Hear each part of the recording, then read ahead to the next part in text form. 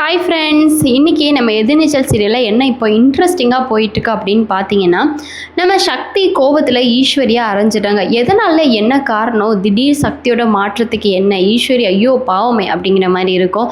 So இந்த வீடியோவை ஃபுல்லாக பார்த்தா தான் இந்த வீடியோக்கான ட்விஸ்ட் என்ன அப்படிங்கிறது உங்களுக்கு தெரியும். இந்த வீடியோக்கு ஒரு லைக் கொடுத்துட்டு இன்னும் நம்மளை சப்ஸ்கிரைப் பண்ணாமல் இருந்தீங்கன்னா கண்டிப்பாக சப்ஸ்கிரைப் பண்ணிக்கோங்க. வாங்க இப்போ நம்ம வீடியோக்குள்ளே போயிடலாம்.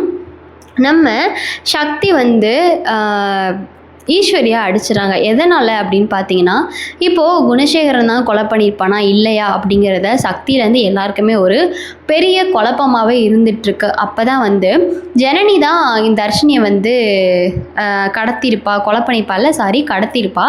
அப்போ ஜனனி தான் தர்ஷினியை கடத்தியிருப்பா அப்படின்னு சொல்லிட்டு போலீஸை கதிர் இருக்காங்களா, அவங்க கூட்டிகிட்டு வராங்க. போலீஸை கூட்டிகிட்டு ஜனனியை கூப்பிட்டு இன்வெஸ்டிகேஷன் பண்ணணும் அப்படிங்கிற மாதிரி சொல்கிறாங்க.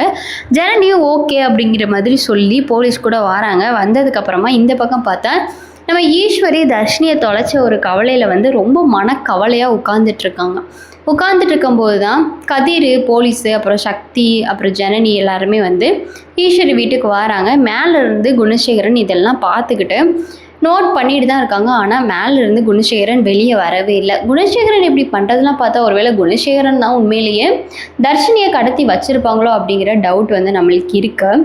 ஆனால் சக்தி என்ன யோசிக்கிறாங்க அப்படின்னு பார்த்தீங்கன்னா, குணசேகரன் அப்படி தர்ஷினியை கடத்தினா குணசேகரனுக்கு கோர்ட்டில் இன்னுமே பெரிய ஒரு ப்ராப்ளம் வரும்.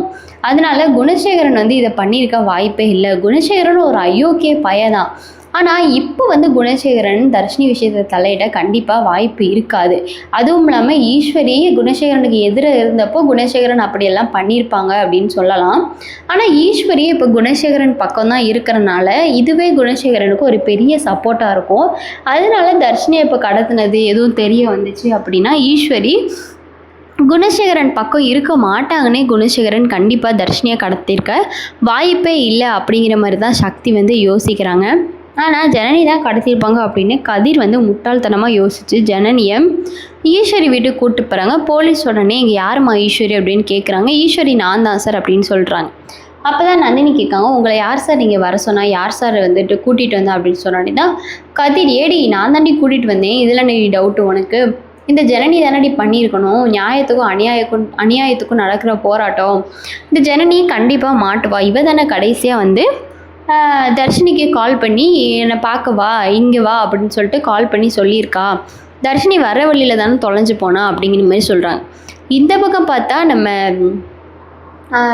இன்னொரு என்னென்னா, ஒருவேளை தர்ஷினி மன கஷ்டத்தில் ஏதோ ஒரு டிப்ரெஷனில் தான் ஃபோனை சுவிட்ச் ஆஃப் பண்ணிவிட்டு வேறு எங்கேயாச்சும் போயிருப்பாங்களோ அப்படின்னு இந்த பக்கம் ஒரு பக்கம் யோசிச்சுட்ருக்காங்க.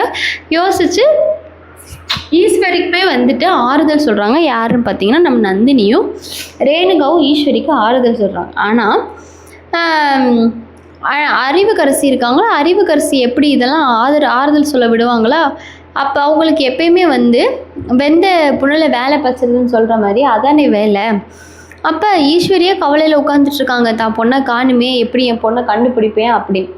இங்கே பார்த்தா அறிவுக்கரசி இன்னும் ஏற்றி விட்றாங்க. இங்கே பாருங்கக்கா, இந்த ஜனனி தான் இப்படி பண்ணியிருக்கணும், இந்த ஜனனி தான் பெரிய விஷம், இந்த ஜனனியை பற்றி உங்கள் யாருக்குமே தெரியல, இந்த ஜனனி எப்படிங்கிறத நான் கண்டிப்பாக ப்ரூவ் பண்ண தான் செய்வேன் அப்படி இப்படின்னு அறிவுக்கரசி ஈஸ்வரியை ஏற்றி விட்றாங்க. போலீஸ் வந்தப்போ போலீஸ்கிட்ட அறிவுக்கரசி சொல்கிறாங்க, சார் எனக்கு தெரிஞ்சு கண்டிப்பாக இந்த நிற்கிறாளே ஊமக்கொட்டாய் மாதிரி இந்த ஜனனி இவ தான் சார் தர்ஷினி ஏதோ ஒன்று பண்ணியிருக்கணும், தர்ஷினி இவ தான் சார் கடத்தி வச்சுருக்கா, இவ எப்படி சார் கடத்தாமல் இருப்பா, இவ சரியான விஷம் சார் அப்படிங்கிற மாதிரி ஜனனியும் நல்லா குத்தி சொல்லி காமிக்கிறாங்க.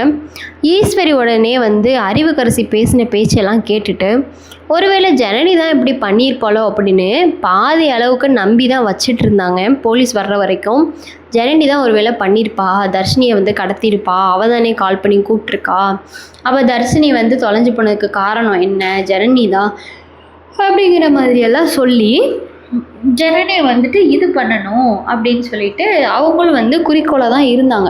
இப்போ இந்த சமயத்தில் ஈஸ்வரி கோவத்தில், ஜனனி ஒழுங்கா மரியாதையா என் பொண்ணு தர்ஷினி எங்கே இருக்கான்னு சொல்லு அப்படின்னு ஜனனிகிட்ட கேட்குறாங்க. ஜனனி, ஐயோ உண்மையிலே எனக்கு தெரியாதுக்கா, தர்ஷினியை நான் வர சொன்னேன் தான், ஆனால் சாட்சிக்கு அங்கே பாதுகாப்பு இல்லைன்னு தான் நான் வர சொன்னேன், தயவு செஞ்சு என்னை நம்புங்க, நாங்களும் ஜனனியை தான் தேடிட்டுருக்கோம், ஜனனி இல்லைன்னு நாங்களும் காணோன்னு துடிச்சு போய் தான் தேடிட்டுருக்கோம் அப்படின்னு சொல்லவும், என்னது நீ துடிச்சு போறியா? பெத்த தாயினா என் மனசு எவ்வளோ துடிக்கும் நீ எதிர்பார்த்தியா ஜனனி? ஒழுங்கா மரியாதை என் பொண்ணை தயவு செஞ்சு கொடுத்துரு, இல்லைன்னா நடக்கிறதே வேறு அப்படின்னு சொல்கிறாங்க. ஜனனி இல்லை, என்கிட்ட தர்ஷினி இல்லை, நான் கடத்தவே கிடையாது, இதை வேறு யாரோ தான் பின்னாடி இருந்து சதி பண்ணுறாங்க அப்படின்னு சொன்னோடனே குணசேகரன் மூஞ்சி வேறு மாதிரி மாறுது. ஒருவேளை குணசேகரன் தான் பண்ணியிருப்பாங்களோ அப்படிங்கிற மாதிரியும் ஜனனிக்கு ஒரு டவுட் இருக்குது.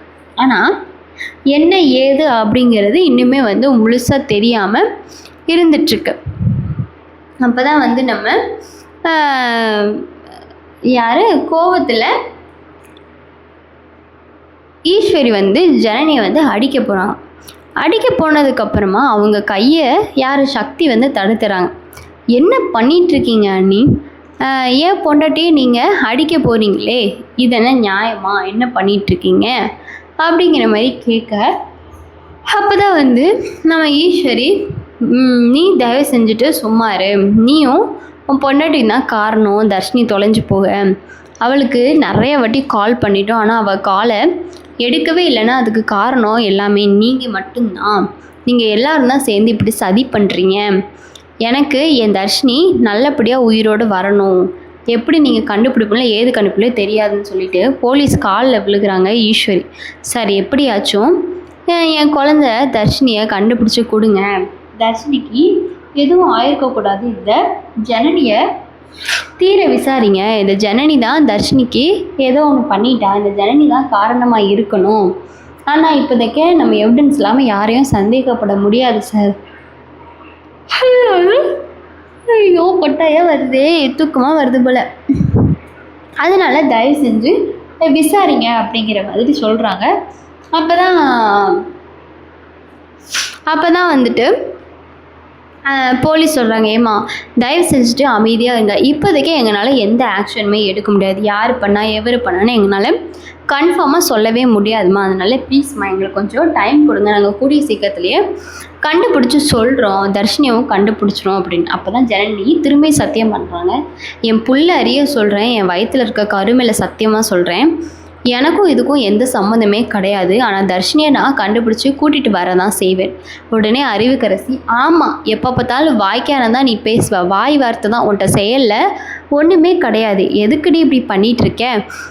தர்ஷினியை நீயே கடத்தி வைப்பியா? இப்போ நீயே நல்லவ மாதிரி புள்ள மேலே சத்தியம் பண்ணால் உடனே நாங்கள் நம்பணுமா அப்படின்னு.